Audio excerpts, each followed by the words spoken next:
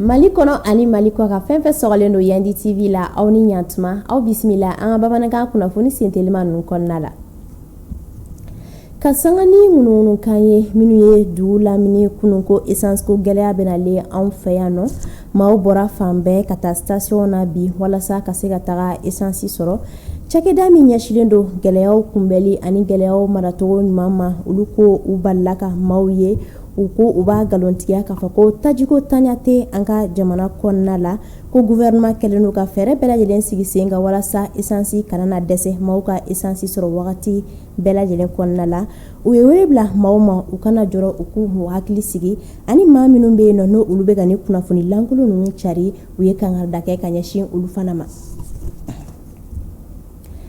Ka sanga ni an ka sanfɛ kalanso ye min tɔgɔ dalen don Kurukanfuga la n'an ko Université Kurukanfuga de Bamako ale ye sigi dɔ bisimila alamisa don in na marisi kalo tile 12 san 2026 sigi min ɲɛsilen don États-Unis jamana ni Israël olu ni Iran cɛ gɛlɛyaw ma ni wagati in na. Sigi in dayɛlɛ la an ka sanfɛ kalanko ale ni dɔnni ɲɛɲinili minisiri Burema Kansayi a ye wele bila an ka sanfɛ kalandenw ma u ka hakili jagabɔ kɛ ani u ka jateminɛ kɛ kosɛbɛ kɛlɛ ninnu a bɛ se ka nafa jumɛn lase an ka jamana ma ani a kɔlɔlɔ bɛ se ka kɛ jumɛn ye an ka jamana ale ni farafinna bɛɛ lajɛlen kan.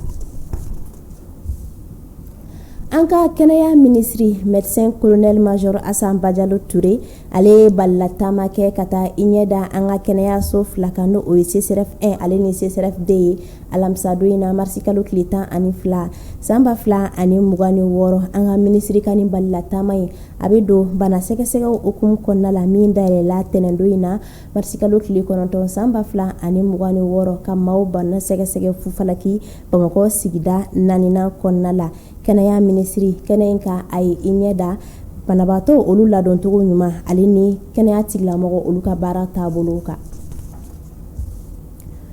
Dɔgɔkun 3 tɛmɛlen kɔ an ka suguni kura jenini la an ka jamana kɔnɔna minisiri kura n'o o ye Isa Usmani Kulibali ye ale ye taama kɛ ka taa i sen da o kɛnɛ in kan walasa ka se ka taa i ɲɛ da tasuma ka cɛnni nɔ in kan a kɛra alamisa in na marisi kalo tile 12 san 2026 an ka minisiri ka nin taama in senfɛ u ye lajɛ dɔ labɛn stade Modibo Keyita kɔnɔna la. O kɔnɔna la a ye donbolo kɛ ka ɲɛsin an ka jagokɛlaw ma minnu ni tasuma ye tiɲɛni kɛ u kunna n'o o donbolo ye balo ye sukaro malo fo ka taa se tulu ma. O senfɛ minisiri ko baara dɔw bolodalen don n'o o de ɲɛsilen don ka se ka an ka sugu ninnu bayɛlɛma ka sugu ninnu bonya k'u dilan ka ɲa ka ɲɛda kura di u ma ani ka u lakana n'an ko marché moderne. O la a ko suguni kura ale sen bɛ ye o baaraw la ko ale bɛna kɛ misali ye a ko fana sɛgɛsɛgɛliw ale ni baaraw sigira sen kan walasa suguni kura jenini a ye dekun lase maa minnu ma olu ka se ka dɛmɛ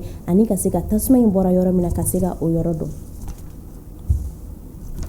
Maa 5 olu de bɔnɛna u ni na maa 272 olu joginna san 2026 in février kalo la sirabanka kasara senfɛ Kulikoro mara kɔnɔna la an ka lakana tigilamɔgɔw ka fɔ la ni jate cayara ka sago janvier kalo ta ka o min senfɛ maa 3 olu de fatura sirabanka kasara la ka sanga ni laharaya in ye ɲɛmaaw ye wele bila bɛɛ lajɛlen ma hali bi dɔ ka fara janto kan ani maaw ka siraba sariyaw bato.